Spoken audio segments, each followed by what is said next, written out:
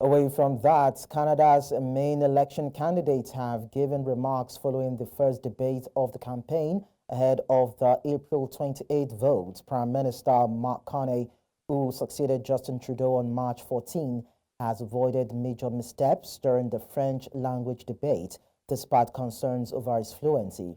Carney, leading the Liberal Party, faced sustained attacks from Conservative leader Pierre Poilievre, but has gradually appeared more confident during the event.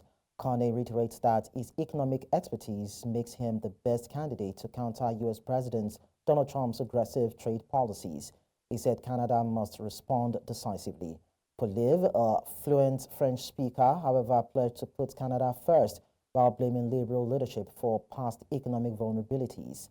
Other candidates, including NDP's Jagmeet Singh and Bloc Québécois leader Yves-François Blanchet, also participated, though polls have shown a tightening two-party race. One of the differences, there are many, but one of the differences between the two of us goes to the question I was just asked, which is I put much more emphasis on the economy, on growing the economy. In fact, in this circumstance that we're in, given the scale of the crisis and what needs to be done, I would say a relentless focus on growing the economy to work for all Canadians. Well, what I have said is when there is a crime involved, including crimes of vandalism, that visitors to Canada should be deported. You simply can't come here and firebomb a Jewish bakery or someone's home or smash windows out of a political riot and expect to stay in this country if you are on a visitor visa. Dans une situation où un groupe terroriste traverse la frontière pour délibérément cibler les enfants, les femmes et les civils, un pays n'a aucun choix autre que de se défendre. Est-ce qu'un tel pays devrait prendre tous les efforts pour éviter les tragédies des autres civils? Absolument. Well, earlier, our international correspondent, Arthur Hagen, shared some perspectives on the Canada election processes. Here is what she had to say. Will show up when people come to the ballot box. So housing, immigration, the economy, and of course, climate change. Now, it's a bit of a two-horse race. Liberals and Conservatives are up there as the main candidates, and the Conservatives gave their thoughts on housing and said that we don't need bureaucracy, we need more front doors. So basically, we need more houses to be built. Now, the Conservatives and the Liberals found some common ground on energy, saying that Canada needs to ramp up its oil and gas production. On immigration, something that's become a hot button topic for Canadians because of their capacity to be able to accommodate new people into the country, immigrants and asylum seekers. Canada has seen a rapid population.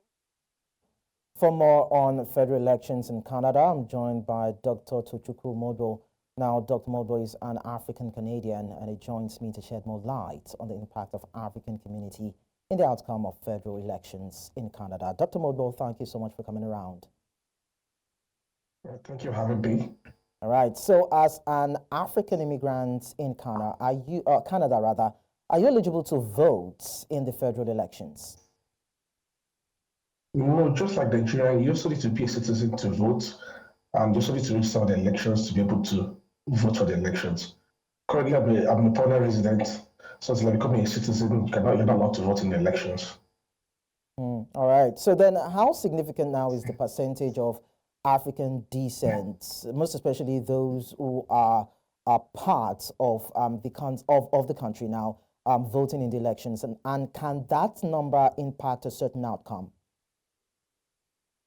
Yeah, well, from what I've seen so far, I think Africans are, even our population here is now quite much.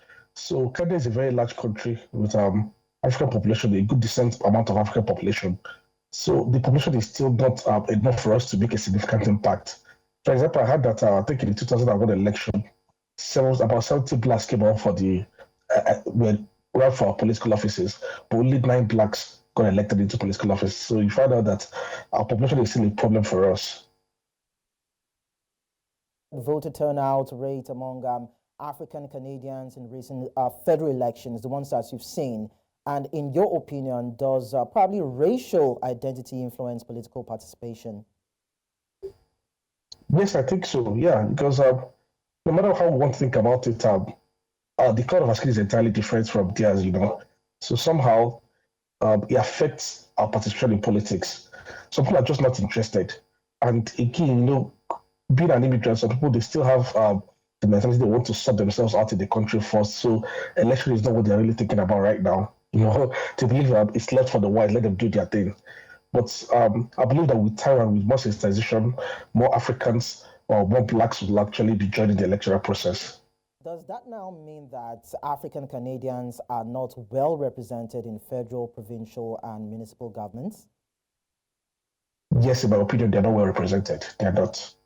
All right, so then what issues are most important to African Canadians in terms of voting, and are these issues captured by political parties? I would say the issues about the borders of racial equity and even discrimination policies.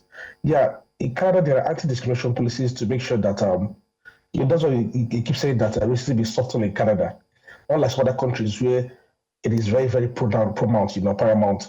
In Canada, racism is subtle, and these things are things that are designed to encourage people to participate more. And again, economic opportunities and the employment opportunities are also not the same, though, because we're Africans, sometimes the jobs we can access are limited, the quality of things we get are limited, even the justice system and everything. So I think all these systems go a long way in affecting our participation in government. There are lots of issues. So if I'm to summarize, I'll say it borders down on racial equity, economic opportunities, and even the justice system.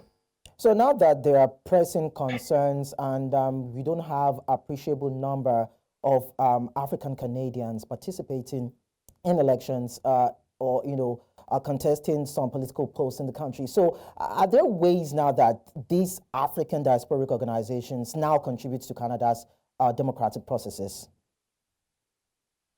Yes, because just like Africans know that once we elect our own person, we have more representation in the government. So what happens then is that more blacks are trying to come out to run for offices, so they can actually present a voice for their provinces. What are voices to be heard.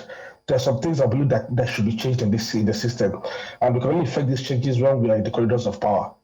For example, they make immigration look so enticing, but you find that some professionals, they leave their country and they get here and they can't access the quality of jobs they had back home. You understand?